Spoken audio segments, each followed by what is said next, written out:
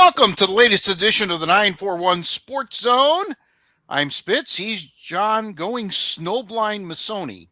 Now You explain it. obviously you've never lived in a place. I'm snowblind because I still have drifts over a foot high out front here. That's the truth. But I've watched so much Olympics, it's almost around the clock, that I'm getting to the point where it's too much snow in my eyesight. Too much. Well, you only have about 5.5 days left as we record this on Monday afternoon of the Olympics. So this time next week, we'll be talking about the wrap up and the final medal count and how the hockey teams did, et cetera, et al. Yeah, no doubt about it. And it is Winter Olympics are much different than any other sports you see. There's a lot of creativeness to it. There's athleticism as well. And it has a bit of a more camaraderie to it that I've noticed, in regards, it seems like each sport, if you want to call it, or each individual, skiers and bobsledders, and they all travel together. So they're almost like family in some way. So it's interesting to see how they cheer each other on and whatnot. So I always enjoy the Olympics, but there's a lot of coverage, and they've done a nice job with it too, with the coverage. So it's easy to see everything. Well, they have 37 networks to cover it, so they do. Anyway, the 941 Sports Zone, episode number 26. John, we made it through a half a year. There's the half point. There's the half point, 26. And now I think once you get to a half, you're going into your full year. Then I guess like the training wheels are off on this whole thing, Rich. We really are sort of hitting our stride, and now it's a matter of getting up through the gears and see if we can't get it into really high speed here soon enough. Yeah, get the next 205 days through to the next football game. Actually, it might be 204. We'll talk a little bit about that. The 941 Sports Zone is presented, as always, by the good folks at Mighty Dog Roofing of Southwest Florida. They are locally owned and nationally backed, delivering exceptional roofing for homes and businesses up and down the Gulf Coast. 941-251-4257 is their number to give them a call. 941-251-4257. Well, as we mentioned, the Winter Olympics in the second and final week of competition. It began this morning with this Monday morning, I should say, with Team USA's women's hockey team rolling over previously unbeaten Sweden 5-0 to advance to the gold medal game on Thursday. They will play the winner of Canada versus Switzerland. And I got to be honest with you, watching this, they've basically given up one goal in their 6 games, and that was in the first game. Right. And it's going to be Canada. I mean, let's be real. It's going to be Canada and us again. We won in the preliminary round 5-0, but their version of Wayne Gretzky did not play. I think her last name is Poulin. She's back. I think it's going to be a lot more difficult, but anything short of gold here, in my opinion, would be a bit of a disappointment. What say you, John? Yes, I totally agree. Watched a good portion of the game today, which is again on Monday versus Sweden. They are, talk about the physicality or the lack of physicality in the women's side of things, but they're a physical team. Their puck handling is very it's NHL level, as far as that's concerned. They I know they play a lot together. They're not just putting some all-star teams together. They do play professionally and at the collegiate level, but these particular players play a lot together, and you can see it. And I would say that it would be a huge disappointment to see them not take it to the gold medal and getting the gold medal. Yeah, no, I totally agree with that. The U.S. has 17 medals to this point. They didn't get any on Sunday, but there should be some more coming. They're currently tied for third along with Japan as we record. Norway leading the way with 26 medals, and the host Italy with a nice showing of 22 medals right now. Would like to see us maybe give Italy a little run for the money for second place. I don't think anybody's going to catch Norway. This is their thing, and it's winter 12 months a year around there, so they have a little bit of an advantage. But certainly there's been some good. There's been some bad. The biggest surprise for Team USA to this point is Mikaela Shiffrin has yet to medal. She only has one more event. I think she was in 6 total, and she's regarded as the best alpine skier in the world, and yet she didn't get a medal 4 years ago, and Right. she's really in danger of getting shut out yet again. So her Olympics last time, she was a shoo-in in a lot of cases to win the slalom, which is her big time, the one that she's the best at, obviously, giant slalom. But she had the yips, if you want to call it the skier having the yips. She got out of the gate a couple of times, made it 10 seconds on the hill, and she was out of it. Almost similar to what happened to the quad god, Ilya Malkin. I think I'm saying that properly. Where he did his full program, short and long program in the team competition, seemed to get all the jitters out of the way, got used to the ice, and he was ready to win by a landslide, and then goes ahead and falls down. It almost looked like it was a done on purpose. It was so bad. He's so much better, Rich, than the rest of the field, that winning by hundreds of points and tenths of points or whatever is very common in these particular type of events. He wins by 40 points. Like it's crazy. That much better. And then he could have went out there and done a third of what he would planning on doing and would have won.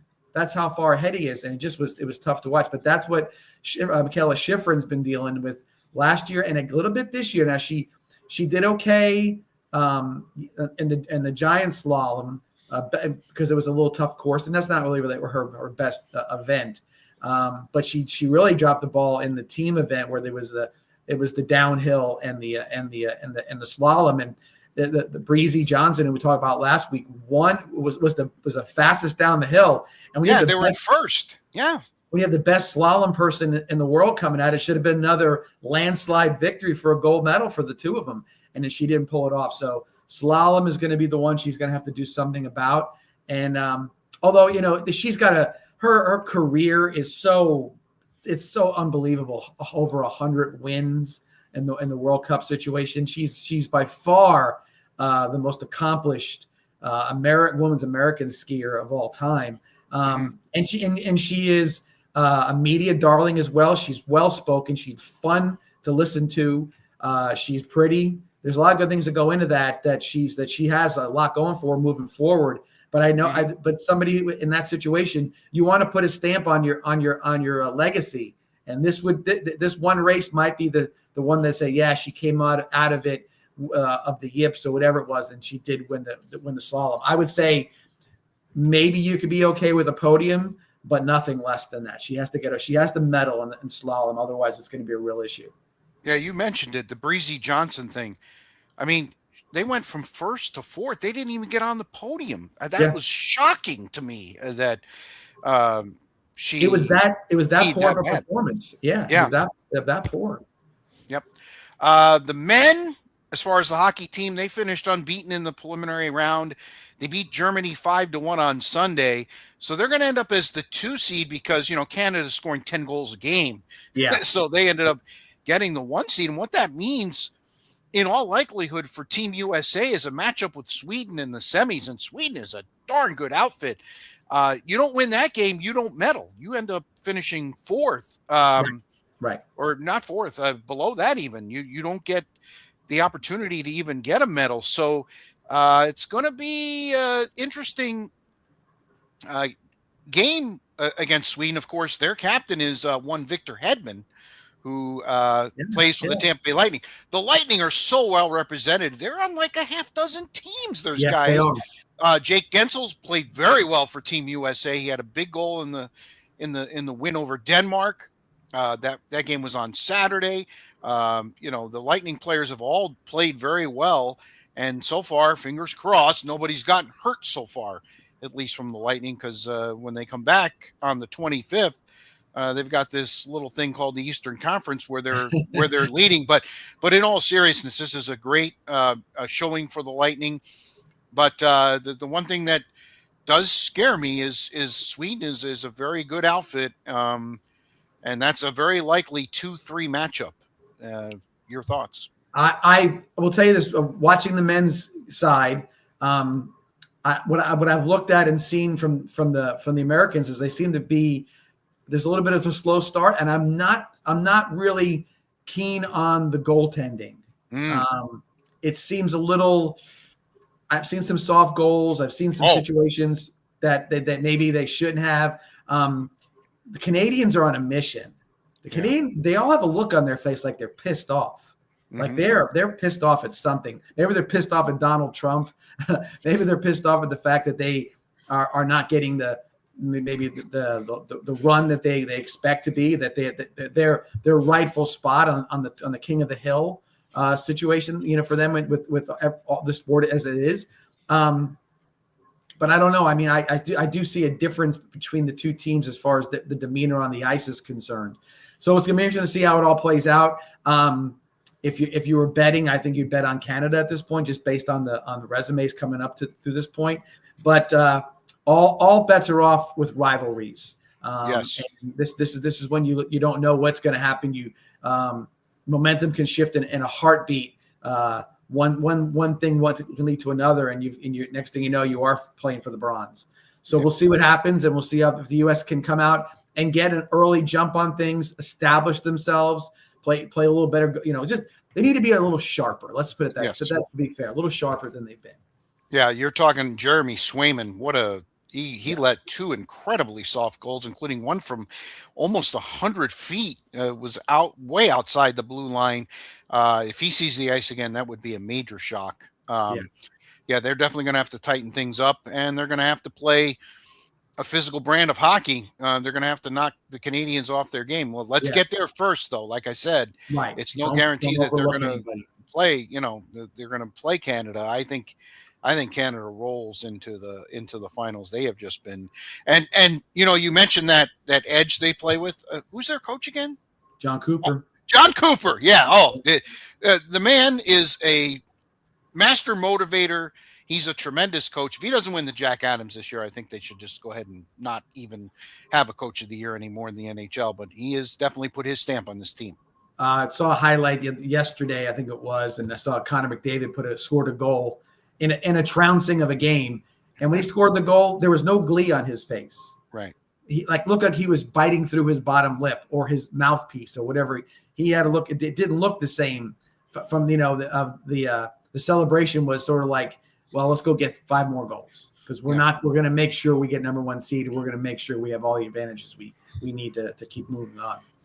Yeah, no question about it. So they are definitely could be the thorn in our side as far as the men's hockey goes. It's been entertaining. It's been a lot of good games.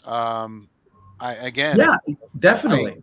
On more the men than the women. The women, it's really, Team USA and Team Canada are just, lopsided. I think, so much better than everybody else. I actually expected a little bit of a game from Sweden today on the ladies' side, and really for about the first 28, 30 minutes, it was only 1-0. And then the USA put 4 goals in succession, 3 on consecutive shots, and it was lights out. So look forward to that. That game, the gold medal game for the women, would be played on Thursday. I believe 1:10 would be puck drop here in the United States. So, and Wednesday starts the elimination round on the men's side. So, it's been a very good Olympics. I've been more engaged than normal. Watched a little bit last night. Watched a little more this morning. So it's definitely available for you. And for those of you who like the Winter Olympics, it's been tremendous. But like you said, John, from Florida, got a lot of snow going on there. A lot of snow. The presentation that the NBC is doing on this has been stellar. I have to hand it to NBC. They are involved with everything. Yeah. Everything. They are the obviously Olympics, which is a 24/7 cycle for a couple of weeks. A lot to be put into that. On top of getting the NBA and still having the NBA All-Star Game, All-Star Weekend, which we'll talk about a little later. I enjoyed of what I watched. And I'm not tip of the cap to whoever was involved, but NBC had a hand in some of it, I'm sure. And go right down the line with NBC. They're doing a fantastic job. They had the Super Bowl too, John. Super Bowl. So what a really couple of weeks they've got going there. And it's kind of interesting. I've heard a lot of rumors that they put so much into the NBA that they may end up losing the NFL because they put just too much money into things, that'll be interesting to see. Sometimes you can have so many channels, but you can't do the product right. And Yeah. and the NFL, they take precedent over everybody, and they want to be treated in such a way too. So that's Yes, they do. where that ends up. One other quick backtrack a little bit for you, Rich. Talked about Sure. the medal count. Over the years of watching the Olympics, and I can remember the first one I can remember in detail was the 1976 Winter Olympics. Franz Hammer, I think it was. Yes. He was the Austrian Yes. downhiller. Franz Wore Hammer, a yeah. gold suit down the thing, and he basically went down like it was like a stunt man. He was on one ski. I remember hearing the color commentator was just losing his mind over how he survived that run. And that's when it sort of caught your eye about what the Olympics meant. But the reason I bring that up is that Norway, for like I said, that has must snow 12 months a year, they were never a dominant country back in the day. They've always been dominant in cross-country skiing.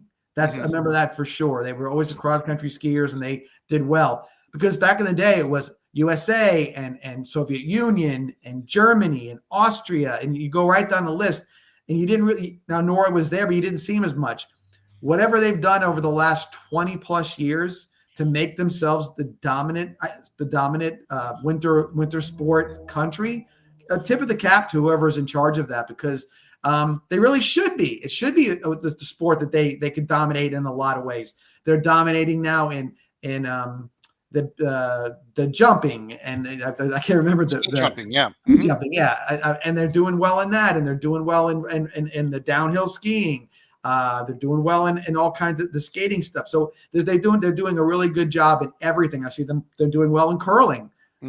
So there's something about putting it all together that they've done a really nice job, and that was noticeable this year to see how well they're doing. Interesting. There are two controversies going on in the Olympics. Oh yeah, there are. You mentioned curling and Team Canada and some back and forth. Apparently, they've been touching the rock after it's been released. Yep, double touching or whatever. Yeah, double touching, and the folks up north in Canada not too happy with the team.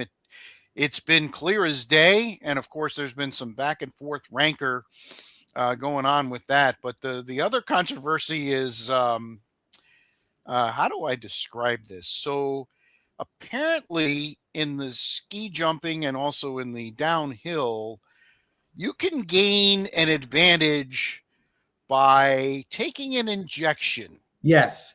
So and an injection, hold on, let me finish, because I'm squeamish even thinking about it. An injection in the unit, if you will, the male unit, which makes them bigger, makes them wear a bigger outfit, I guess, makes them more aerodynamic. I guess the first question I would have is, would you ever even consider that? So, not growing up in that environment about how that might be important to somebody. I can't judge anybody else, but no. No, God, no. So, God, I mean, why can't you just go old school and stuff a sock down there? It's all because I believe you'd be disqualified. So interesting. And that they talked about how the suit fits and it's wider and it gets more because you get bigger. Longer. Yeah. So I thought that was very interesting. So yeah, I mean, it's funny, but how you could let's say you're what's the word I'm looking for? You're trying to test drive something, or you're doing tunnel tests for cars to see how fast they can go. What do? They're like, okay, you look like you're the right size. No. It works. No. It's crazy. Hell no. Anyway, not a chance. I'll there you go. Anyway, let's move on before I can't finish the podcast. The 941 Sports Zone, presented as always by the good folks at Mighty Dog Roofing of Southwest Florida. 941-251-4257 is their number. They've got national backing, but they are locally owned. They're owned right here in our area, delivering unbelievable roofing for homes and businesses up and down the Gulf Coast. Again, you have some roofing issues, give them a call, 941-251-4257. Well, Florida always, the week after the Super Bowl, has another Super Bowl of sorts, and that is, of course, the Daytona 500, which is the Super Bowl of motor racing, which is week one. Always thought that was really weird, but nonetheless, it is what it is. Couple of things I want to bring up before I actually bring up the race. Good on the folks at Daytona and also Fox, who broadcast it, for moving the race up. Yes. Because I guess there was weather that could have affected the end of the race. They knew the window that they had, and they moved the race up, I believe, an hour, maybe even a little more, to a 1:30 start time, which, by the way, you know, back in the day, they used to run the Daytona 500 during the day, the entire race. Noon. And I think it loses a little. Yeah, I think it loses a little something when it gets dark out. Me personally, I just think it's aesthetically better, but good on them to be flexible like that and to get the race in, because there was a lot of talk. If they would have stayed at the same time, it would either have been a short race or they would have had to finish on Monday or what have you. So good on them. Now the race itself, I'm not a huge NASCAR guy. I'll be the first to admit it, but I do know I went to one Daytona. That was back in 2005. I do know that it's a 200 lap race and about 190 laps are incredibly mundane usually. Yeah. But yesterday was completely different. They had a wreck in the first 10 laps. And then there was another really big wreck. There was actually a couple of decent sized wrecks in the middle of the race. And then, of course, the last lap was what the last lap has become with the Daytona 500. Tyler Reddick gets the win. Interesting. He gets no additional points because the only lap he led, John, was the last one, which is the only one that counts. Right. So first of all, your thoughts on the race itself? I agree with you as far as the start time is concerned. I thought it was always. Hold on one second. A message came up and I wasn't sure what it was. It was a pop-up thing. I thought, what did I do? I agree with you as far as the start time getting moved up was a smart thing. I think that should be a daytime race as well. I know they're trying to catch that 6 o'clock time slot or whatever it may be Right. to get everybody. I get all that. But another thing is that the track conditions change when the sun goes down. Yes, so it does. There's an effect on that on the race as well. Now, somebody would say, well, they got to do what they got to do. It could rain, it could do whatever. But still, to have to push it an extra hour or two further in to just get more of the same old schlocky. He's on this tire now, and he did this. And I get all the gearheads really love that. But I mean, as far as the big show is concerned, I think that a noon start, maybe even 12:15, 12:30 was fine. Get the race in and have no trouble with that whatsoever. As far as the race itself, I'd say with about 60 laps to go, maybe 80 laps to go, they were 3 wide for a long time. And 3 wide, like I said, there is like they're going. That is very, very, I mean, on your edge of the seat type of viewing. To watch somebody trying to hold on to the lead while somebody is drafting him and then slingshotting around him and then catching the draft from somebody else. You can go from first to 25th in half a lap if you get shuffled out. Watching the car manufacturers, the Fords work with the Fords and the Toyotas with the Toyotas. I was explaining to my uncle yesterday, he knows about car racing, but not all the sort of the inside other things. Yeah. I'm like, and we talked about, hey, Fords will hook up with Fords because Ford wants them to win. That's where the money comes from. It comes from the manufacturers and the advertisers and everything else. Mm-hmm. So these guys are like, hey, we want to see Ford on the podium. We want to see you guys finish. So go team up in some way.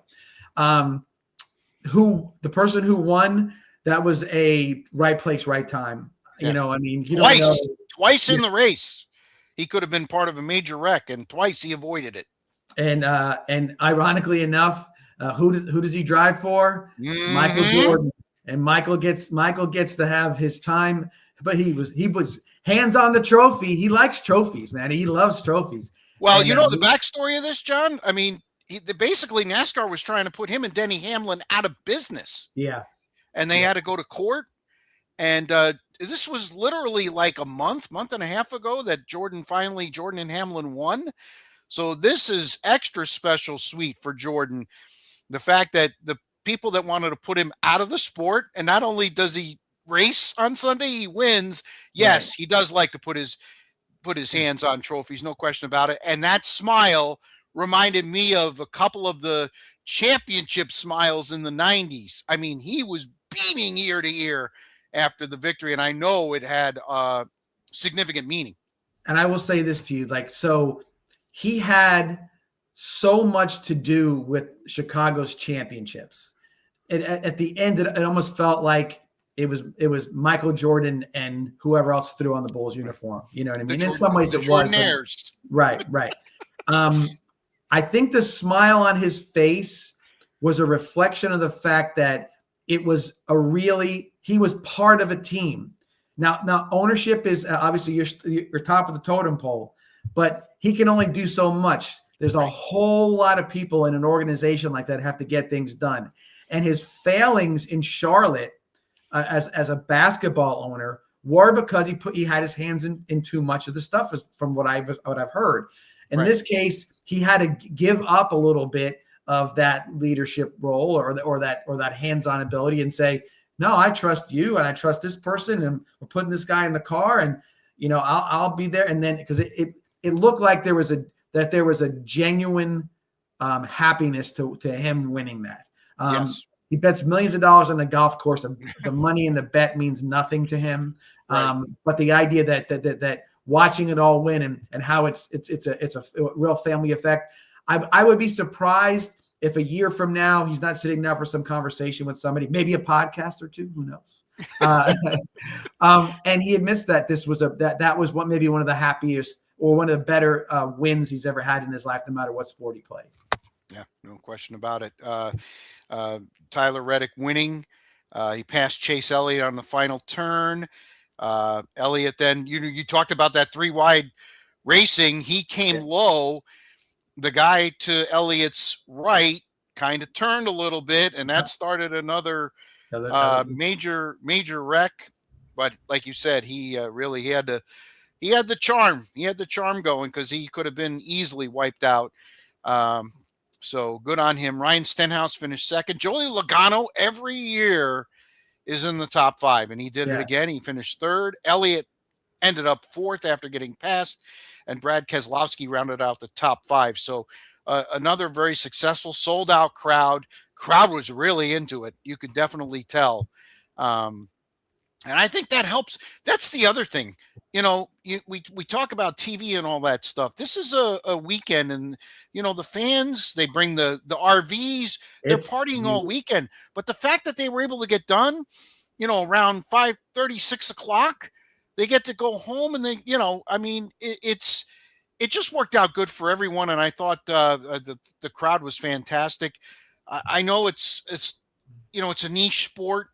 And certainly, there's been some talk lately that it's maybe lost a little bit of its luster. A lot of the real, but Hamlin retiring, Junior retiring. They've had a lot of Jimmy Johnson. His last race will probably be next year. So they're trying to get some new blood in there, and I think I certainly think they gotta certainly be happy with the way things turned out on Sunday. Back not long ago, maybe 10, 15 years ago, even a little further back than that, all these guys were characters. Okay? Yes. Now they're very polished. They have their hair is cut just right. They wear medium, fire retardant suits. They look a certain way. They don't have the same sort of like brashness to them, or the twang, or whatever you want to call it, that they have.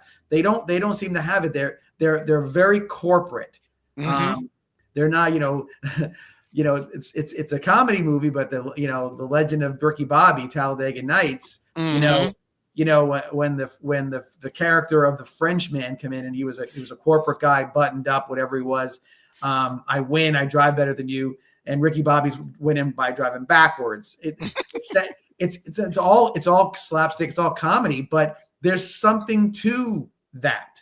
There's something to your driver being an a-hole, or your driver being reckless, or your driver being the buttoned up corporate guy, or whatever it may be. I think because it's always been about the driver and the car, because the car, how it looks, colors and numbers, and of course manufacturers as well. Sponsors, yeah. There's been something that so I think that it has, over the last couple of years, it's lost its luster. I don't know, or it's uniqueness. You called it a niche sport. Yeah, sometimes it is, and those guys they're not the same guys. They're just not. Right. And I don't know if that's because they're learning younger, or being groomed in the minor leagues of racing, and being taught how to speak, and going to Dale Carnegie classes and whatnot. But whatever they do, they need to be themselves. They need to be the guy who's got oil on his end of his nose, or his fingernails are dirty, or whatever it was. Right. The car to them is just it's not one with them. They just get in it and they get out of it, and that's all there is to it. So I think that there's something to that. I don't know how you recreate that. I don't know if you can go backwards and say, hey, can you get a little, can you not cut your hair as much? Can you grow a handlebar mustache? Whatever it may be. But I don't know. But it has lost a little bit, because really I don't see a lot of people in my orbit, at least, who are like diehard Dale Earnhardt fans like they were, or diehard Richard Petty fan, or diehard Jimmy Johnson fan, or whatever it was. Jeff Gordon. Yeah. So all those guys, and we know their names. That's the thing. Right. We don't know everybody's name anymore. We just don't. Right. You said Joey Logano. Joey Logano is he's an agitator. He's sort of a guy like him, but he doesn't get the run. He's sort of like kind of falls. And I do one of the things I will say to you as well. They switch teams a lot. Yeah. So you never kind of have the guy that college football. You root for the team. You root for those colors. Right. And whoever's in the uniform you're rooting for.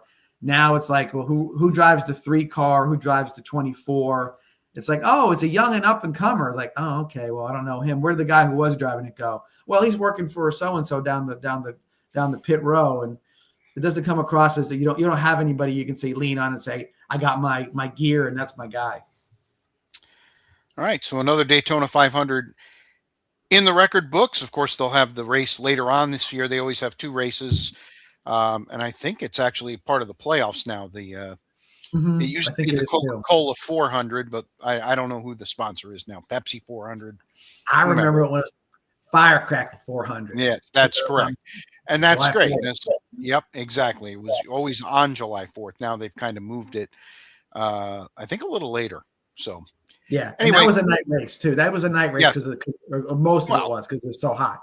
Yeah, and that you have to do it then. Yes, absolutely. And it rains in the morning in Daytona in the summer, so it's all out of the way by then.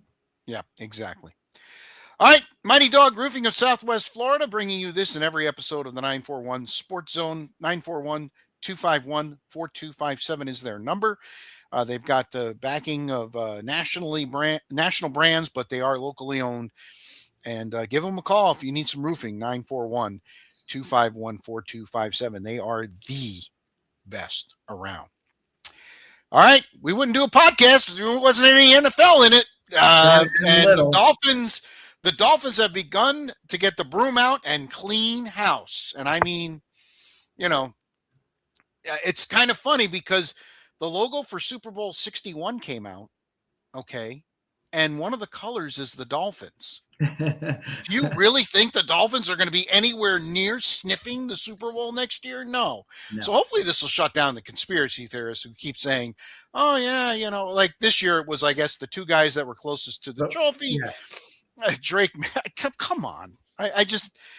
People just have too much time on their hands. They do. They really, really do. Anyway. And I'll say the only thing about the conspiracy theory, Rich, I'll say one thing. It wasn't the teams, it was the players. Okay. Because Drake May was coming off a great year as a rookie, and Sam Darnold going to Seattle with a good.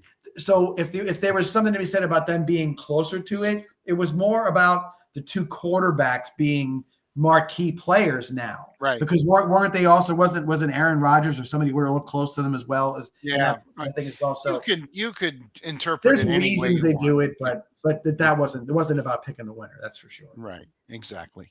Well, the Dolphins, one release to me was a little surprising. The other one, no surprise at all. Two of their highest profile players are now history. Tyreek Hill, who of course got hurt during week 4 last year. I think he dislocated a knee and tore an ACL, a pretty serious injury, and he's getting up there in years. And Bradley Chubb, that one surprised me a little bit, but he is a veteran. He does make a lot of money. And the Dolphins, have just basically, like I said, they're cleaning house. I mean, they're, if they weren't in a division with the Jets, they'd probably be the worst team in the division. Sorry, John. Right. No, it's true. They're both doing the same thing, except they just didn't change their coach out this year. So right. Now Hill was released along with 2 other players, an offensive lineman and another player, but their release is immediate. Bradley Chubb, it's not sure if he's going to be released before or after the start of the league year on March 11th. Again, salary cap implications, but really with these releases, what are the Dolphins worried about? They're almost acting like it doesn't really matter. I mean, Hill's going to count a ton against the cap. Right. Still had time left on the contract. Tua is next, and that will cost them $100 million, 99 something, if they release him this year. So the Dolphins definitely looking to move forward. The Dolphins will be bad for a number of years.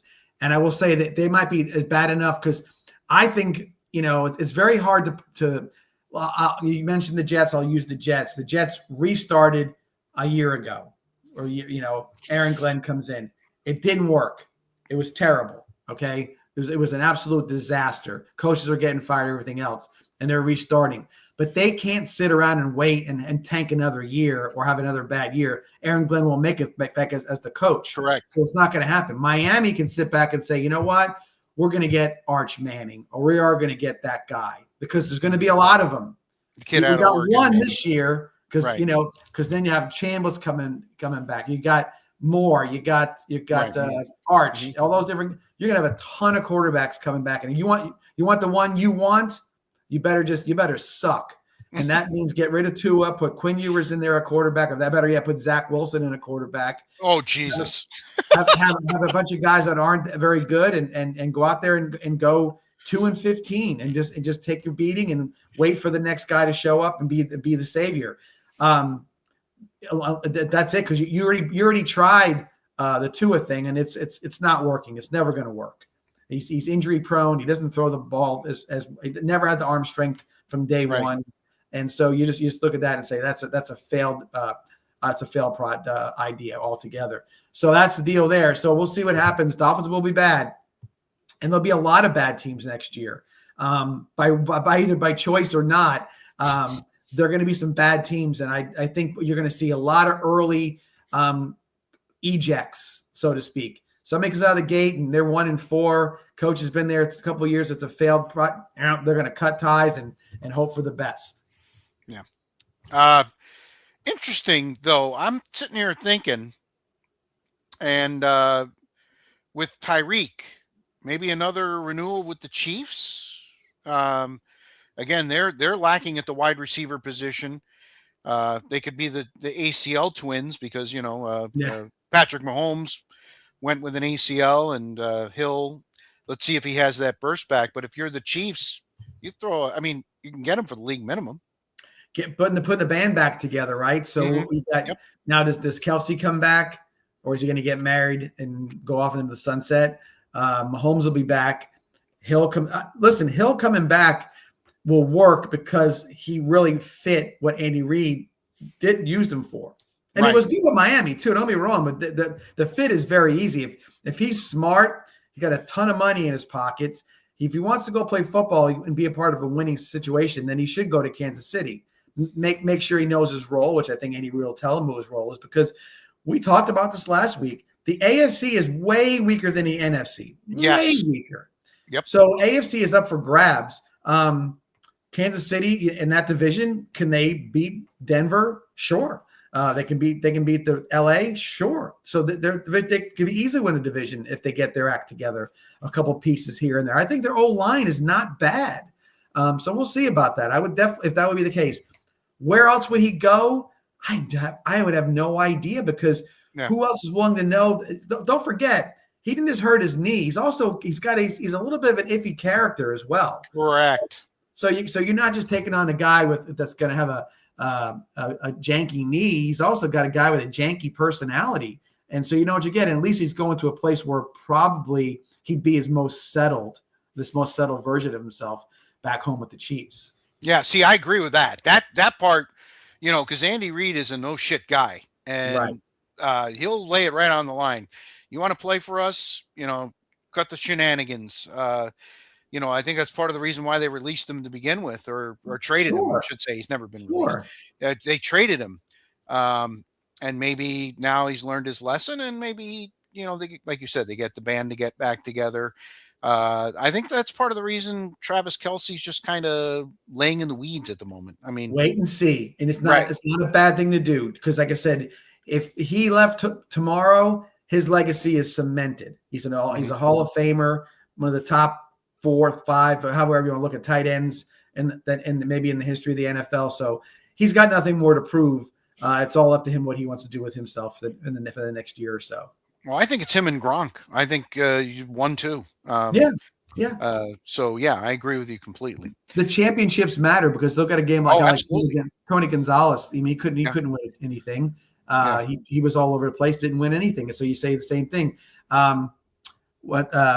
Kellen Winslow back in the day was such a talented guy, but the whole San Diego thing couldn't manage it either. Right. So there's guys that maybe you could throw a big resume around them, but when you put the championships that those two have, it's hard to match them. Totally agree. All right, and I'm sure we'll catch up. The Combine's coming up literally in about a week and a half. I mean, the NFL has something going on every single month. So, you got the owners' meetings in March. You got the draft in April. You got the schedule release in May. I mean, it just they've just totally they suck. Like, I think you said it best when we were talking about what we're going to do as we get into the spring and summer. They just suck the life out of everything. They really do. You're going to free agency is going to break in those the couple days. They don't even sign them. They're all speculation, and it's the top story. It is the top story. Yeah, they're not supposed to be talking, but wink, wink, nod, nod. Yeah, they're talking. It's amazing how the league year starts at 4:00 and at 4:02 deals start coming through. Adam Schefter's reporting. Tom Pelissero's reporting. It's unfreaking believable. All right. Let's get to something you talked about a little earlier, All-Star Weekend. Festivities wrapped up with that round-robin tournament yesterday in L.A. Did you see the first game, which was kind of early? It was mid-afternoon L.A. time, mid or late afternoon L.A. time. When they started, there weren't very many people in the seats. Right. Now, it got better, and certainly – I will say this. All right. I'm not for this format. I wasn't. However, for the first time in several years, John, you could see a competition out there. Guys weren't just mailing it in. And I give credit to Anthony Edwards, who turned out to be the MVP. He was very serious. Wembanyama, did you see how dejected he was after they lost that first game? I mean, that was not fake.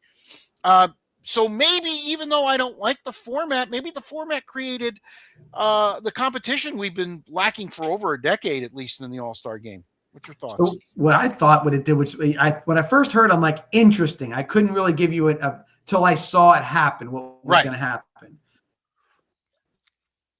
So you got the old guys, the stripes, whatever they were, the young guys, the stars, and then the Euro guys, right? The guys of the world. And so what you did was you created a natural camaraderie with each other. Kevin Durant knows Jalen Brunson, knows they've been around the league together for a while. Okay. Right. you had those guys, and the young guys wanted to prove their mettle, obviously, and then you wanted to see what the world guys as well. As I got into the third game, and I saw a lot of sweat and energy put into it, I was like, I like it, because that's forcing these guys to be competitive. Yeah. Okay. Even in an NBA game of 48-minute game, you only get 15 minutes of real competitiveness, if you want to call it that. All right. Mm-hmm. In this one, it was competitive from start to finish. Jump Street. You're right. And so each individual game had a competitive feel to it. I know you can't change the NBA around, shorten the game or whatever. That's never going to happen. You just get the game is less what it games, is. Right? But man, this had a real feel to it. Even the scoring, the way that it was put together, that first to 15 wins kind of deal. You know what I mean? Mm-hmm. And you had that feel like, okay, shots were there was got to make this shot. Not one at the end of the game, but like multiple points in the game where this is a must make, or they got to get this one in. So it led to a lot of really natural drama that played. It wasn't force fed. It wasn't whatever else. And if you wanted to act like a goofball, it wasn't going to happen. Right. Because you had guys look at you saying, no, you can't go try to do a between your leg, off the backboard, knock it in with your head dunk. You can't do it. You got to hit the threes, and you got to, drive to the hole, and you got to, take a foul. And so it forced the issue.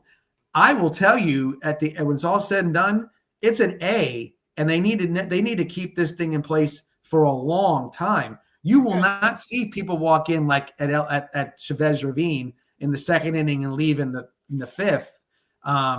You're going to see people there early to catch the games and catch who's going to play who first. I think it's going to be very, very, very interesting. I think they've got themselves a winner, and they haven't had a lot of winners with this stuff in the last couple of years. No question about it. I mean, it's been something that it's not even on my radar.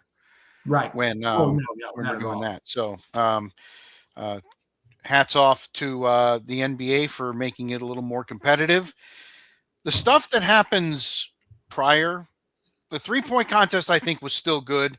The fact that Dame Time on a torn ACL ends up winning the 3-point contest for the third time, I think it's everybody's saying they need to drug test him. What happened there, kind of thing. But I thought the 3-point contest was good. I really did. And they said that with Lillard, that it was how he shoots the ball. He doesn't jump. Right. He's a flat-footed, tippy-toe jumper guy. So, okay, so that was good. However, I think, John, the slam dunk contest has got to go. Crap. I think it's done. It's done. It was won by Keyshawn Johnson of the Heat. Did anybody know that Keyshawn Johnson, A, was in the NBA, and B, played for the Heat? I don't even think Heat fans knew who he was. And then he went by default anyway, because I didn't even watch it. I heard that. Duncan fell and whatever. Basically, the dunk contest. The stars don't go anymore. They really don't, and it's a shame. I mean, Jordan used to do it all the time, and I understand why they don't do it, but I mean, come on, it's that. Yeah, and so if you're not going to have the stars do it, just don't do it. Do something. Do it. I heard somebody talk about the fact maybe we should have like a one-on-one tournament. I would like that better than the freaking dunk contest right now. One-on-one or some modified version of horse. So you got a guy out there who's like, what's your shot going to be? I'm going to do a 360 dunk. And you're playing again, and maybe Steph Curry can't do that, but Steph Curry can go and shoot one from, the logo, and you're a dunking guy. You got to hit it. It could be interesting to see the mismatches. Do you remember way back in the day? And this is my second way back. When the CBS Sports would at halftime would do was one-on-one. It would be like Willis Reed versus JoJo White, and they would play one-on-one, and they had first guy to 11 or whatever it was, and oh, JoJo White advances next week. We'll see if it's going to be Rich and John playing each other, and then they advanced and it was the whole season, and it finally came down to like Jabbar versus McAdoo or whatever it was. It was pretty cool to watch. I remember watching and seeing like how they got their shots and how they had to really strategize the way around if there was a height differential or whatever it was. So very interesting to see that, but they've got to do something. They know it. They really do know it. I mean, if NBA is anything, they're marketers through and through. Don't know how to market something, and I think they found a winner with their new format for the All-Star game. So let's see if they can do the same with that. Speaking of winners, we're going to talk a little bit of the opposite. NBA Commissioner Adam Silver had his State of the Game presser on Friday, and the first question out of the mouth of a reporter was, are you going to address this tanking? I mean, the tanking has gotten to the point, John. Utah is a perfect example. I mean, they're not even hiding it. They play their starters for 3 quarters, and then down the stretch, they play the bench. They're actively not trying to win. And Adam Silver came right out and said everything's on the table, and as he should. Right. They've tried finding teams. They don't care. Money. They print money in the NBA right now. That TV contract is absolutely nuts. You have to go draft picks. You have to go. I mean, he's got a problem. He knows, and it's a PR problem. Right. The Mavericks have lost 10 or 11 in a row. You got teams that just literally do not care if they win or not. And it's something that they've got to take care of, and they've got to take care of it soon, or the product is going to suffer. The commissioner always works for the owners. Right. Okay. So he's got to look at the owners and say, hey, Mark Cuban, we're not doing this anymore. Okay. Mm-hmm. Hey, whoever owns the Jazz, it can't happen anymore. We're marketing. We have a new contract. We can't have a product that people don't trust. Correct. They don't want to put their time into it because you got half the league just giving up. It's enough that a player would want to maybe not get in there. You got a bone spur or an ankle that he could play on, but he's not going to risk it. And that's understandable in some cases. But to have a team just actively, saying, hey, pull the starters, throw them in there. If we win, we win, but more likely we lose, and down the road, here we go. And the thing that's funny about it, Rich, is that to tank now in the NBA, I guess my question would be, for what? Mm-hmm. Okay, for what? Wembanyama was a major star. Flag, it has a lot going for him, but they're talking about Flag being a 20-10 guy. You can get that in the bottom of the first round if you have to. Right. His big thing is he was doing it in high school. You know what I'm saying? And so that was a big deal. And it may be better than that. I'm just saying. But there's the best players in the league. Not a lot of them are the number 1 overall draft pick. Mm-hmm. Okay, so to tank in the NBA makes no sense to me, because it's like you're not guaranteed anybody. Maybe once every 8 or 9 years you are, but not every year. You're like, oh, got that guy. What did he do? Oh, he played 1 year at Duke, and he's Carlos Boozer's kid. No, I don't know about that. You know what I mean? He's talented. No, but I'm saying, is there a guarantee? No, there's no guarantees of anything. Right. Hey, it's a great career. 18 and 12. That's a great career. Mm-hmm. Nobody's going to buy a $5,000 courtside ticket to see a guy go 18 and 12. Right. So that's the thing. I don't know if that's really what you're looking to do. I think at this point that would be sort of a mistake. Yeah, I agree. They just it can't be that obvious. It just can't. I mean, and I give credit to Charlotte. Charlotte could have been part of that tanking. Sure. And instead they went the other direction, and they are playing some tremendous basketball. The All-Star break came at the absolute wrong time for them. I think they won 10 of 11 or 11 of 12, and they're now in the play-in game, which for Charlotte, again, you talked about it earlier with Michael Jordan and, his shortcomings as an owner. They seem to have found a formula, and they've got a group that really wants to play, and they're going to be heard from before the year is out. Memphis was a team like this a couple of years ago where they were on the rise, but they had the wrong guy. that they're hitching their star to, because Morant just doesn't have he wasn't the right character guy to be a leader on the team. But Charlotte may have it again. Golden State, Steph Curry, Draymond Green, the whole thing, Klay Thompson. You didn't see a bunch of guys. You didn't have a guy that was now Green was an agitator, but he's not against the team. He's for the team. I heard a story the other day about Golden State when Draymond punched that kid in the face at practice. He was a rookie and whatever else. They said when it happened, you would think that somebody would have run over and stopped it, but nobody flinched. Draymond did what he had to do because it had to be done. And that's the kind of team that you don't need to have. Now Steph Curry is an all-timer now.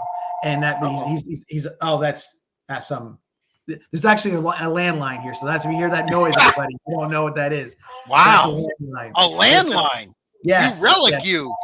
Well, it's part of the bundle, so yes. I kept it around for the time being. So if I shut it down, the bundle goes away. And think something was wrong with me. That something was wrong. So that kind of a thing.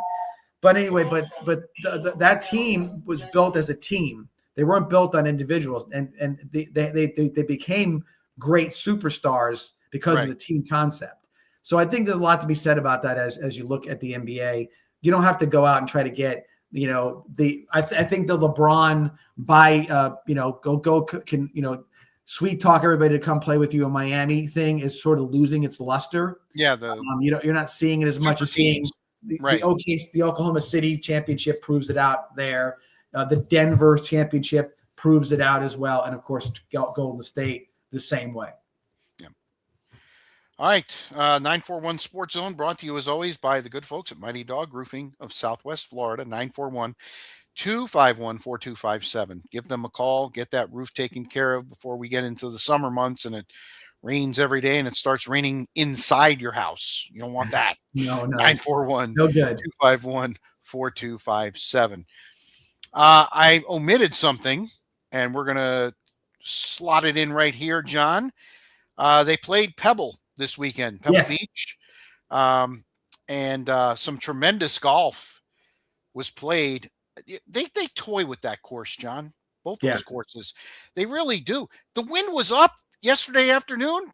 Scotty Scheffler still shot 63. Yeah. I mean, what the heck? And by the way, Scotty, if he wants to play, if he plays 4 rounds, everybody's playing for second. He's been given 2 weeks in a row now. He gave everybody a 1-round head start, and he nearly pulled the thing out of the fire. But let's give credit to a guy who has been struggling for the last 18 to 24 months, Colin Morikawa. Absolutely. He has, I think we talked about it when Ryder Cup came around, right about when we started, that I personally didn't think he should have been on the team. He just hadn't been playing well. And he struggled a little bit in that. Well, he found his game, birdied 18 with a tremendous chip up and down, to win. And that's a huge win. That's a signature event. $20 million. Yes, it is. $20 million on the line. Yep. Yeah. So he let's give Colin Morikawa credit. I think was a tremendous tournament. You're the golf guy here. So give me your thoughts on Pebble this week. So horses for courses. Morikawa, West Coast guy, West Coast greens.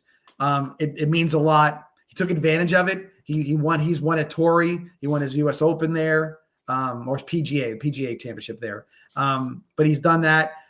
He's definitely a guy who flourishes on the West Coast. Although the one aberration to his career is him winning an Open championship. I would have never guessed him to be that guy, but he did, and hats off to him for that. So that was a course that he definitely was going to show up at, and he did. As far as Scotty Scheffler is concerned, it's insane. It really is. You watch him strike a golf ball, okay, in the manner that he does. I don't know how he can get himself everything moving in the way it does, the way he swings through the ball. I mean, if you watch his swing, just pick up a golf club today and try to do that. Yeah. It's insane how he gets through the ball. It's almost. I remember when he first started doing well, they were like, someone's got to change that. That won't last. And then we're like, no, because his feet were moving all over the place. He hits shots where you're like, what was that? And he hits a cut, he hits a draw, he hits a fade, he hits a low shot. He's got it all going on for him, and he is insanely competitive. Mm-hmm. Just does like a golfer. He doesn't come out and get mad. He does a little bit, but he's totally into his game, and he expects it now. He expects to be winning. When I turned on I was on so many things yesterday. When I turned it on, I'm like, are you kidding me? in that weather with that wind, and he's shooting 63. Back nine is gettable. Back nine is similar to what Phoenix is. It's a gettable back nine. You can put some low numbers up there, which makes for very exciting golf.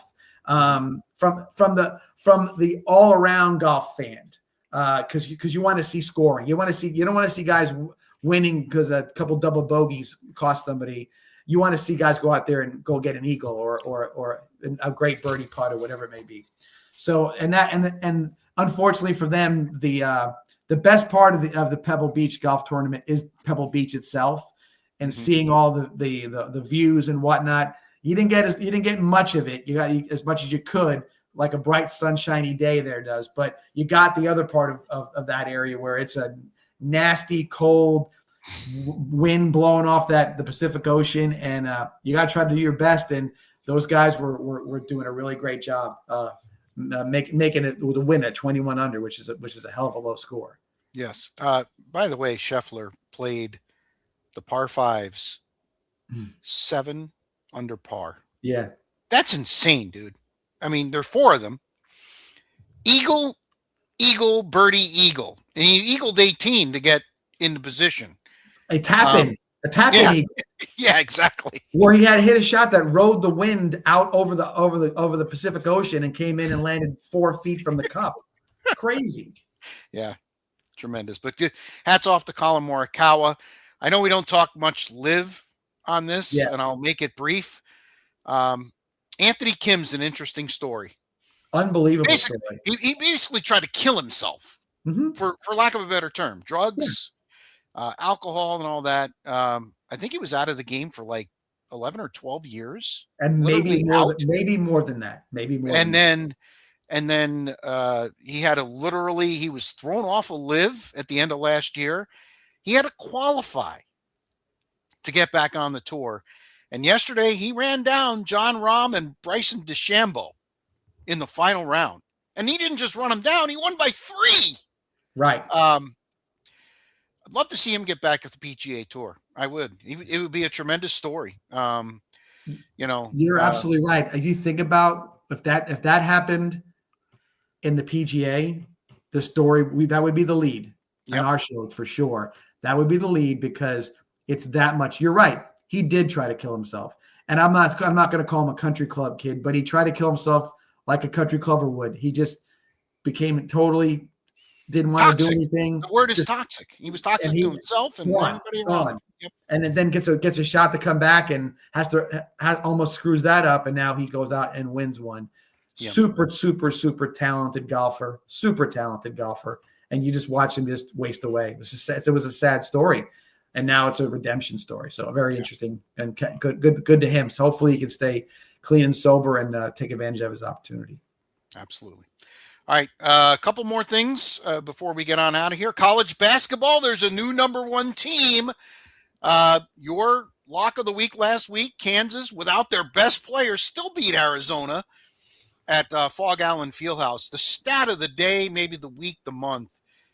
Bill Self, who's the head coach at Kansas, he's had 15 teams come in the top 5, come into Fog Allen Fieldhouse to play his Kansas Jayhawks that were lower ranked. Did you hear this stat, or am I? I know where you're going, but I don't know. Okay. I don't know the stat, but that's kind of why I picked him. In those 15 games, what do you think his record is? He's 15-0. Yes, he is. You knew. You set me up. The thing is this, it's because that's when you sometimes I'm not a gambler. Just so everybody Yeah. knows that. But I do like to give my opinions. Obviously, Right. I like You're I good like to at help it. other people out if I can. But the idea is that sometimes it's not the team coming in, the line, especially in college. It's the coach. It's the atmosphere. If they had a bunch of no good sort of off the heap kind of players, they recruit like hell every year. So they got Mhm. talented guys. Arizona, a younger team, and they're riding they're on this wave, and now they're not on a wave. Doesn't bode well for Arizona. It really doesn't. To how they came off that win streak, and now they're facing some real tests coming up here. Mhm. Interesting to see how they play it out. They're not going to be a knockout in the first round kind of thing, but I don't know if Arizona's going to have the same sort of. Well, they got time to right the ship, John. They've got about They 3-4 do, weeks. They do.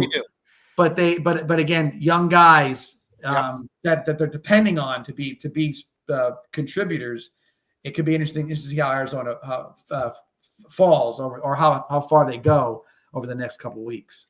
No question about it. So they actually dropped to 4 after the 2 losses. Michigan is the new top dog, and a lot of people think they're the best team in the country. A lot of people that have seen them, they've won. Is it 8 or 10 games by 30 points, John? More than 30 points. They're killing teams. But they're going to get a test as the number 1. They're going to get 2 tests. Tomorrow night, they're going to play Purdue, and I'll talk about them in a second. Right. At Purdue. And then Saturday, they're at home against this outfit from Durham, North Carolina. Duke, number 3, Duke. Should be an interesting week for Michigan, but the former FAU coach is really building himself quite a power there at Michigan, and a lot of people think they're like a shoo-in as a 1 seed, especially if they win both games this week.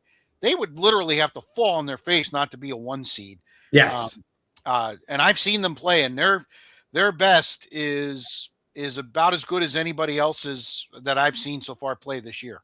Right, I agree. I talked about point guard play last week a little bit. That's one thing that worries me about a lot of these teams. So I want to see the team with the best backcourt.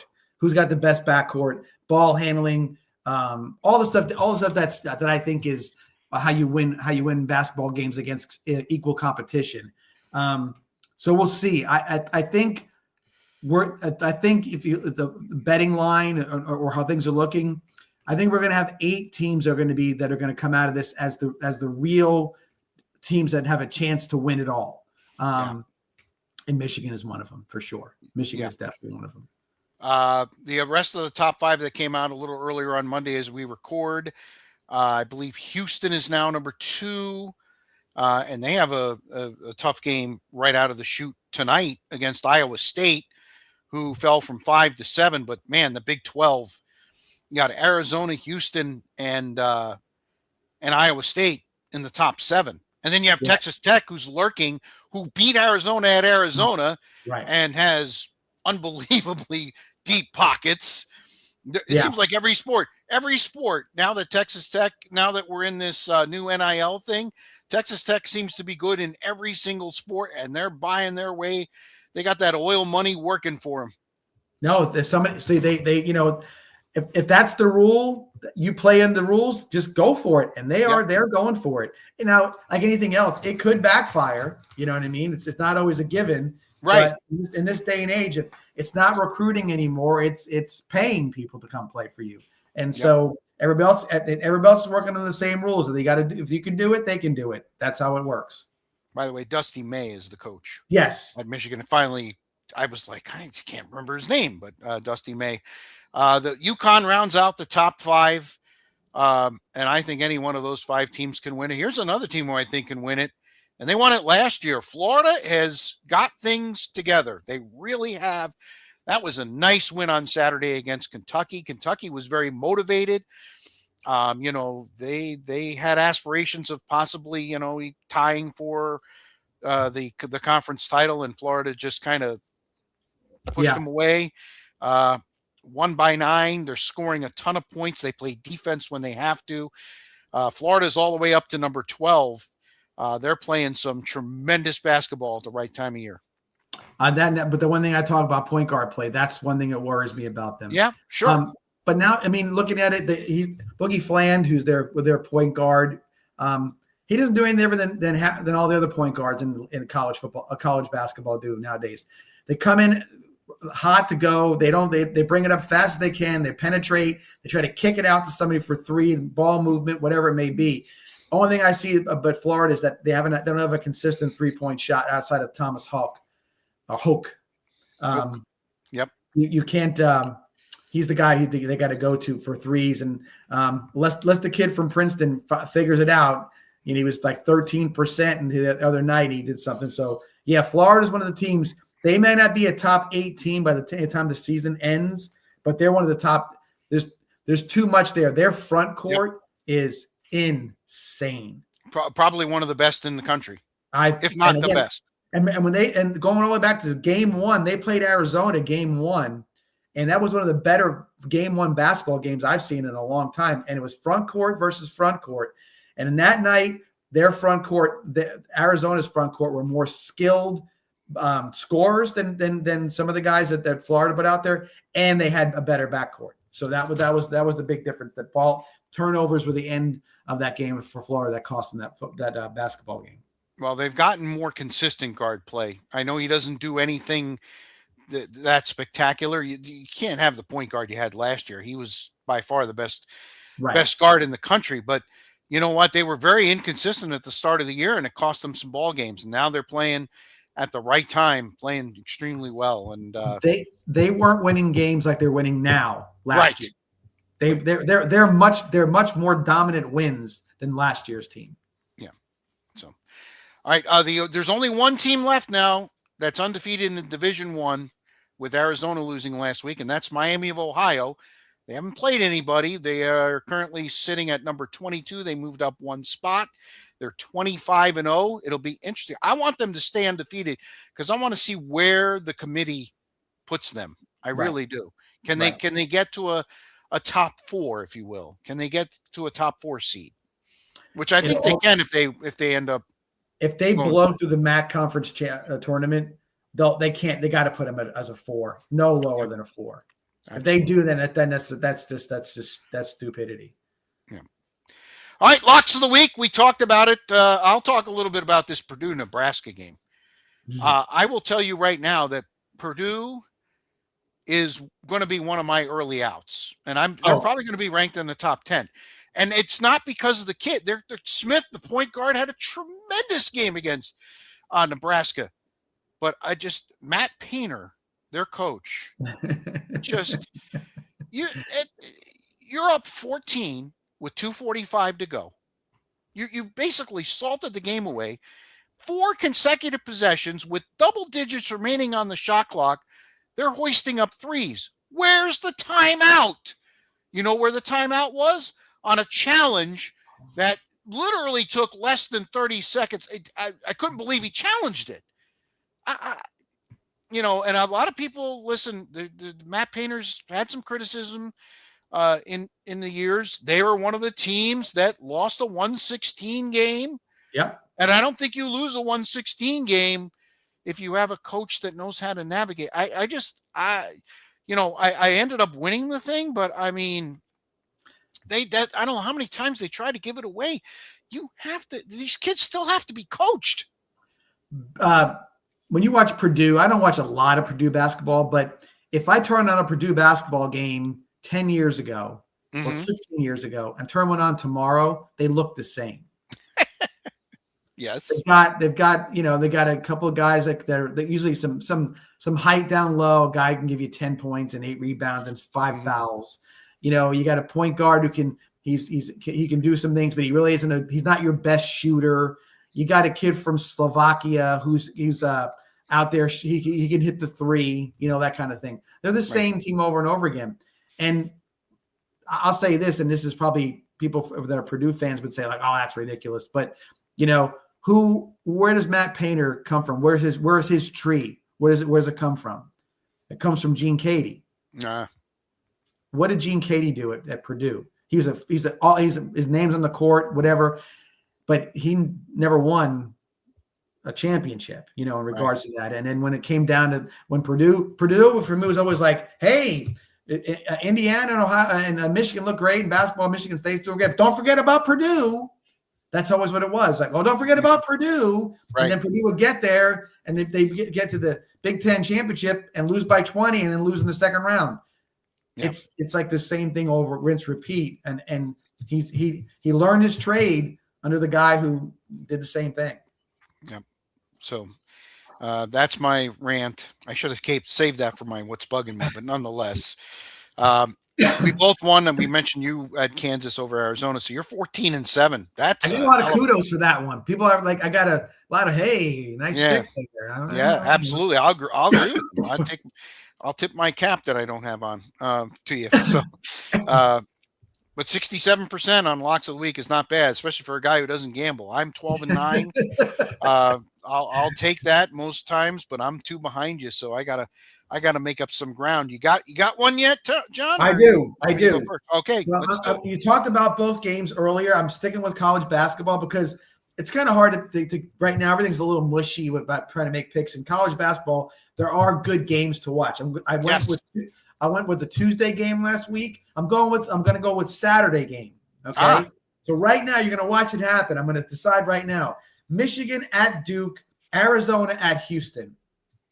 They're talking top 6 teams in the country playing each other. Yep. I like the home teams in both games. Let me correct you because I looked at this. I think it's Duke at Michigan. Oh, it is at Michigan. Okay. I believe it is. Yeah, I'm going to double check right now while you keep talking. Okay. But I'm almost certain that's at. Let me see. I'm going to do that. But anyway. Okay. So I like Duke and Michigan. I think the matchup is interesting. Now this show. Hang on a second here. I think you might be right. I think this might be at Cameron. Yeah. I think it might be at Cameron. And Arizona. No, it's neutral. It's quote unquote neutral site. It's at Capital One Arena in Washington D.C. Okay, so that's what it is. But it is Duke country basically. Right. So I think they match up well. I think they're good. I like that. That's a Final Four game to me. I think the way it looks. And sure. Arizona used to be a Final Four game. But I will say this: I have more confidence in Duke beating Michigan, so I'm going to take Duke over Michigan as my lock of the week. I would pick, believe it or not, I would pick Houston to beat Arizona because I think Houston has a big chip on their shoulder and they really want to prove them. This is a prove it to me kind of game for them. But I just like Duke over Michigan a little bit more than I like Arizona losing to Houston. So that's my pick. Duke, all right, very interesting pick. I definitely like it more than I don't think Arizona's going to lose 3 games in 2 weeks. That's my worry. That's my worry. Right. I think that's tough. I'm going to go with the Tuesday game as well. It's a little bit of a fishy line, but they haven't been playing well of late. And they being Michigan State, who's dropped all the way down to 15. Usually Tom Izzo starts getting things together, and they've had a couple of tough losses last week or so, including Wisconsin just waxing them the other day at home. They're only an 8.5 point favorite over UCLA, who's a fringe tournament team. They'll probably get in, but I think Michigan State, I think Tom Izzo, I can only imagine what practice has been like the last few days. I think they'll come out and I think they'll roll. I'll lay the 8.5. I think Michigan State rolls UCLA tomorrow, Tuesday night. As tomorrow is, I guess we're on Monday, but Tuesday night, Michigan State laying the 8.5. So it's funny to say about Izzo's team. How I talked about Matt Painter, his teams. You can see a Tom Izzo team. They are the same guys doing the same thing. And I anytime Michigan State, it doesn't matter if they're the 8 seed, they thrive in that situation. They fear no one except Tom Izzo. Right. That's about it. And so I love Michigan State. And it's interesting because these days the coach doesn't have nearly as much clout as the coach at Kansas State found out. Yeah. He ripped his team over the weekend. after a loss basically said, it doesn't matter. Nobody's going to be here. Well, guess what? He's out of a job. And Kansas State's trying to fire him for cause. He's owed about $18.5 million, $19 million. And They might this win is going to that be one. very interesting how this plays out. They might win that one. You Or think so? arbitration will come in and they'll say, okay, you stand to get nothing, or you want $4 million and you can go home and insult your own family. Okay. Well, We'll see.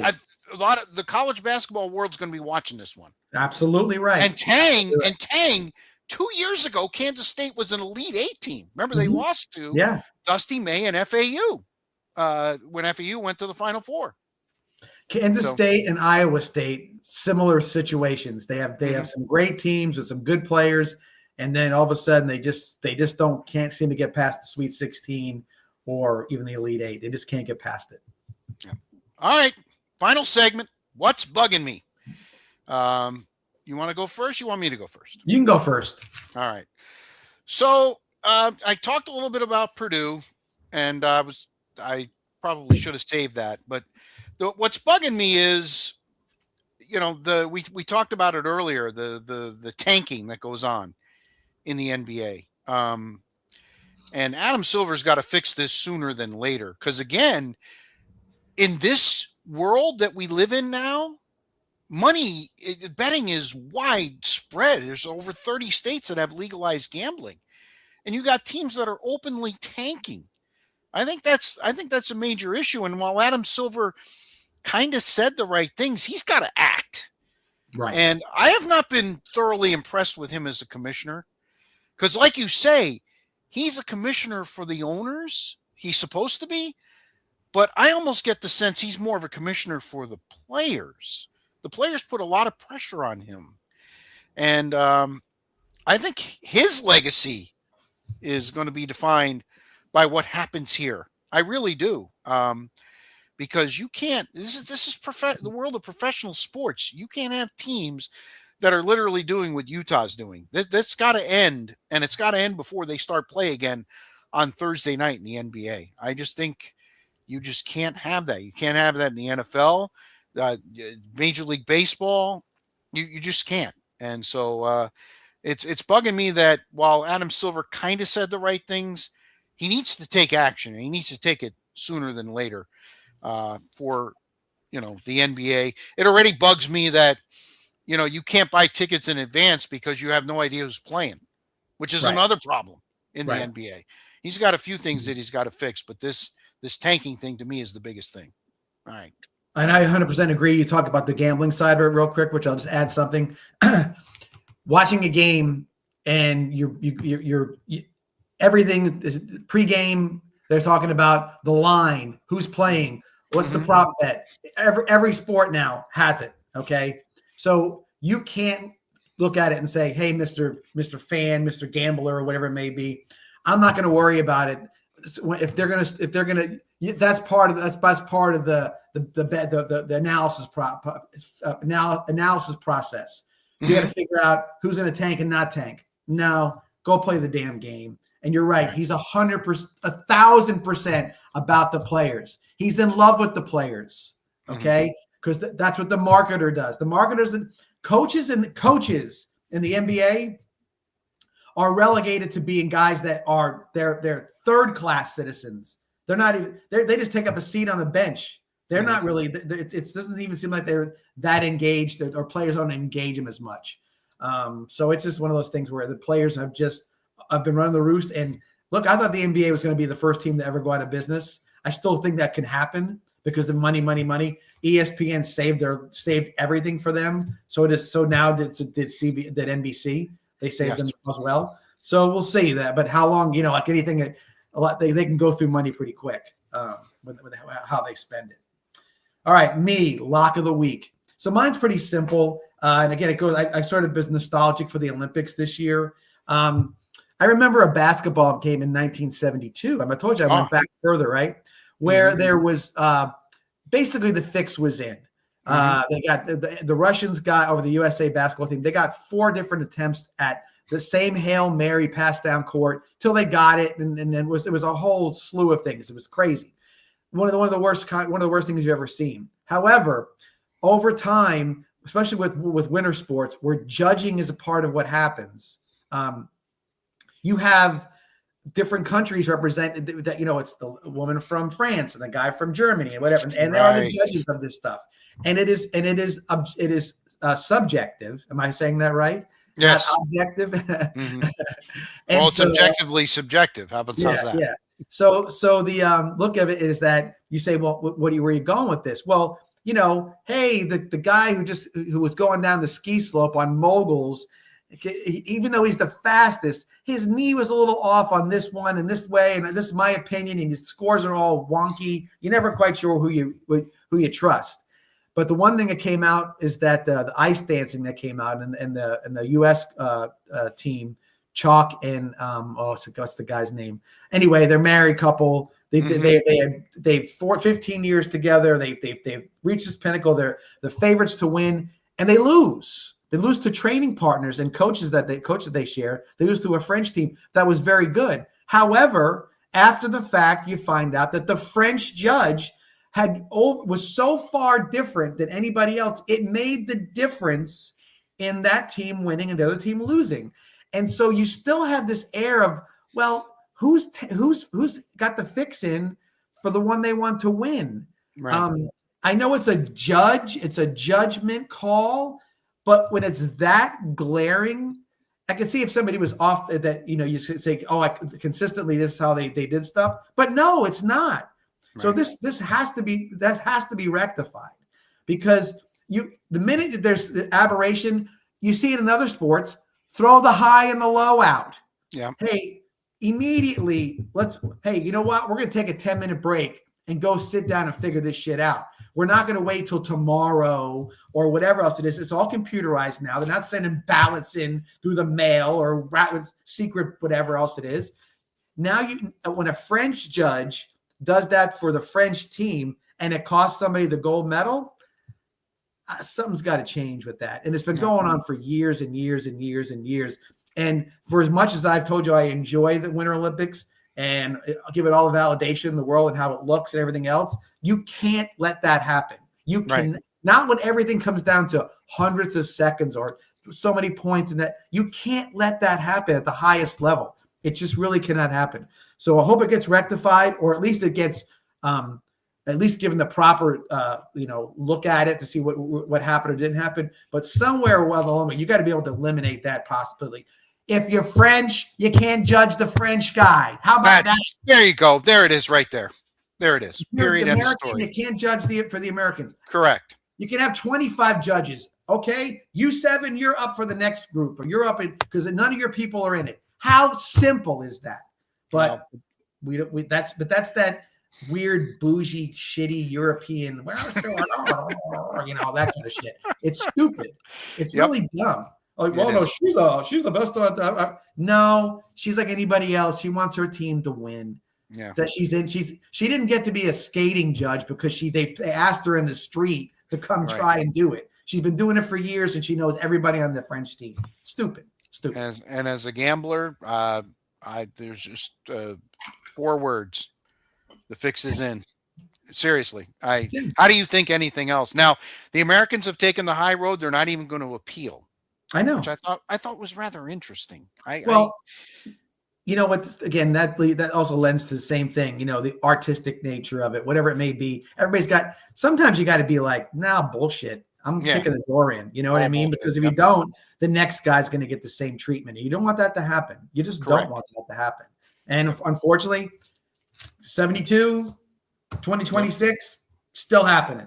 Yep. Excellent.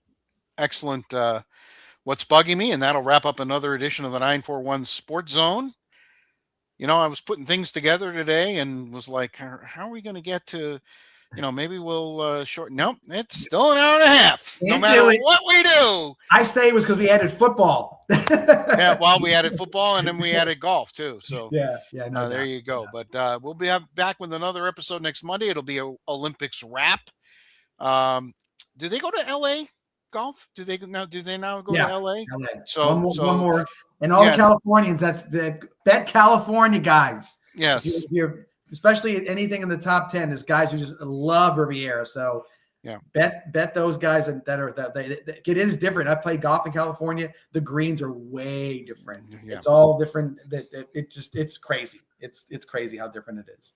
And they may have some weather factors too this week. They've I been guess lucky they're so getting far floods. on the West Coast, but we might have some issues. But Yeah.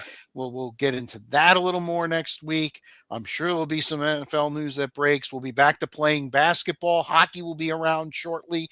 We'll know who got the gold in both men's and women's hockey. We got a lot to talk about next week, so we hope you'll join us. Again, like and subscribe us. We're on Facebook. We're on YouTube. We're on X, the artist formerly known as Twitter, Instagram. Just like us, subscribe. We'd really appreciate it. For John Going Snowblind Masoni, I'm Spitz.